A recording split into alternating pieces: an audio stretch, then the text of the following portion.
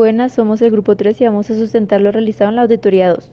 Esta presentación está dividida en 5 grandes partes. La primera es la elección de tecnologías, la segunda la simulación de las reacciones enzimáticas, la tercera el PDF del proceso, la cuarta el diseño de los sistemas de almacenamiento y por último la distribución de áreas de la planta. Para la evaluación de las alternativas tecnológicas se empezó con el reactor metanogénico, para el cual se evaluaron 4 diferentes equipos, los cuales son el reactor UASB, el filtrador anaeróbica, el lecho fluidizado y el digestor de lodos. Para esto se hizo un análisis cualitativo y uno cuantitativo. Para el análisis cualitativo se puede evidenciar en la tabla, en esta matriz de PUC, que se evaluaron diferentes características cualitativas en las cuales se delimitó con el signo negativo el hecho de que este equipo presentaba una desventaja con respecto a los demás. El signo más se utilizó para referenciar que este equipo era neutral en esta característica y el signo más significaba un aspecto positivo, para lo cual en la puesta en marcha podemos ver que para los 3 primeros equipos la puesta en marcha presenta una alta dificultad, mientras que para el digestor de lodos este presenta una dificultad media. Y este mismo análisis se hizo para cada una de las características teniendo en cuenta las referencias mostradas al final. También se procedió a hacer un análisis cuantitativo para poder realizar una mejor elección de la tecnología a utilizar como reactor metanogénico, ya que este es el equipo más importante de nuestra planta. Para esto, comparamos los mismos equipos comparados en el análisis cualitativo, con la diferencia de que el digestor de lodos esta vez está discretizado como termófilo o mesófilo. Para esto podemos ver que evaluamos características que tienen un mayor peso que las características cualitativas, como lo son el porcentaje de metano en el biogás, el cual es el objetivo de nuestro proceso. Queremos que este porcentaje sea cada vez mayor, en el que podemos ver en diferentes intervalos que el reactor USB y el digestor de lodos tienen el mayor porcentaje. También evaluamos el tiempo de retención hidráulico, el tiempo de retención celular, la temperatura de operación y el volumen del reactor. Con cada una de estas características se llegó a la conclusión de que el mejor reactor para nuestro proceso es el reactor UASB, el cual nos permitía reemplazar cada una de estas características de la mejor forma y aún así podíamos simplificar nuestro proceso de forma en el que ya no necesitábamos un desgasificador y un tanque de decantación que separara los lodos del líquido claro y también un desgasificador que separara el gas obtenido, el biogás obtenido de los lodos. De esta forma podemos ver que como este reactor es trifásico, se puede maximizar el porcentaje de metano que vamos a obtener en el biogás obtenido y podemos ver que la temperatura de operación es mucho más baja y el volumen del reactor pues será ligeramente alto, pero esto nos asegura que el tiempo de retención de la materia prima sea cada vez mayor. También se evaluaron alternativas tecnológicas para el gasómetro, el cual es el tanque que va a contener el gas obtenido de nuestro proceso. Para esto miramos que como forma de instalación del gasómetro hay 2 diferentes formas, las cuales son en línea y en paralelo, para lo cual nosotros elegimos la alternativa de en línea. También como métodos de almacenamiento existen los no presurizados, los de baja presión, los de alta presión, para los cuales nosotros utilizamos el de baja presión por razones de costos. También como tipos de tanques de almacenamiento, evaluamos 3 diferentes tanques, los cuales son el gasómetro de membrana, el gasómetro de lastre y el gasómetro de doble membrana. Para esto podemos definir que nosotros definimos el gasómetro de doble membrana, el cual tiene un bajo costo, almacena el biogás durante un número predeterminado de horas según sea el volumen de producción. La membrana externa puede regular la presión de este gasómetro y también tiene una vida útil muy alta, la cual es de 20 años. Para realizar la simulación se contemplaron los siguientes supuestos. Se asumió que toda la celulosa se transforma en glucosa, la cual es la fuente de carbono de todos los microorganismos que intervienen en el proceso. Se consideraron 2 fases para la transformación de glucosa, acidogénesis y metanogénesis. El metano se produce a partir de ácido acético y no se tuvo en cuenta el ácido isovalérico, por lo que se reduce el número de ecuaciones que modelan el proceso a 4. El ácido isovalérico se presenta en pocas cantidades, por lo cual se consideró poco significativo su uso. Los datos usados en la simulación fueron obtenidos mediante experimentación en el laboratorio. Estos datos fueron tomados de el paper Modelización y simulación dinámica de la digestión anaerobia de Castro Mayorga y Hubron de 2015. En la gráfica se puede apreciar el comportamiento de las diferentes sustancias que intervienen en el proceso. Antes de iniciar este proceso, se esperaba que la concentración de glucosa bajara, debido a que este es el sustrato, y asimismo que la concentración de metano aumentara, ya que es el producto de interés para la obtención de biogás. Esto concuerda con lo esperado. Sin embargo, es necesario resaltar que el modelo usado no tiene en cuenta algunos factores como los requerimientos energéticos y la muerte celular de los microorganismos que transforman los lodos. Estos elementos pueden incidir en que se haya obtenido una alta concentración de metano con una cantidad baja de glucosa. Adicionalmente, debido a que los datos que fueron usados para realizar la simulación fueron obtenidos por medio de la experimentación en el laboratorio, es probable que esto haya afectado la escalabilidad del proceso y que por ello se tenga tan alta concentración de metano.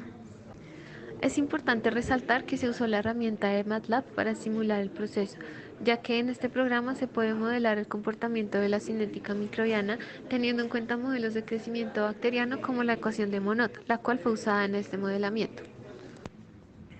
Ahora bien, se realizó el diagrama de flujo del proceso, en donde vale la pena aclarar varias consideraciones de este.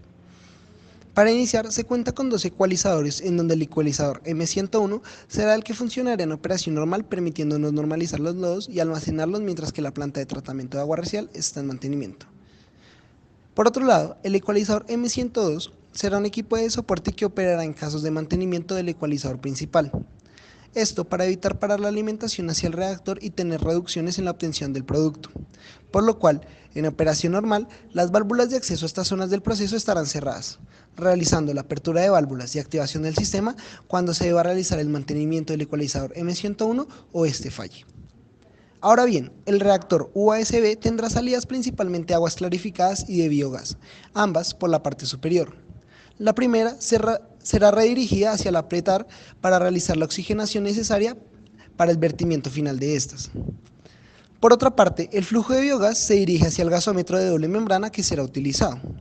En este se presenta un espacio intermembranar por el cual fluirá aire, siendo este sistema el que nos permite controlar presión y temperatura dentro del gasómetro, mediante un controlador de nivel, en donde este mide el nivel de la membrana interna. Finalmente, el reactor cuenta con 3 sistemas de purga, los cuales en operación normal tienen válvulas cerradas, que son abiertas según las concentraciones de lodo dentro de cada una de las zonas establecidas dentro del reactor. Por lo cual, en estos flujos de purga y posteriores al mismo, no se espera en operación normal tener flujos de materia. Para el almacenamiento del biogás se usa un gasómetro de membrana doble con contrapresión por medio de aire comprimido. De esta forma se maneja una membrana de 3/4 de esfera con fondo plano de anillo de anclaje al concreto, donde la membrana externa tiene un radio de 7 metros y la interna de 6 metros. El material de fabricación para las membranas es de tela de poliéster recubierta de PVC. Asimismo, se establecieron unas condiciones de operación, se habló de la tubería y sellado de la membrana como de su mantenimiento, tal como se muestra en la imagen. Por otra parte, se escogió un reactor UASB de separación trifásica con una capacidad de almacenamiento de 75 metros cúbicos. Para esto, se utilizará una geometría cilíndrica ubicada verticalmente, cuya base tendrá un radio de 2 metros y una altura de 6 metros. El material de fabricación es polietileno reforzado de alta densidad bajo especificaciones ASTM.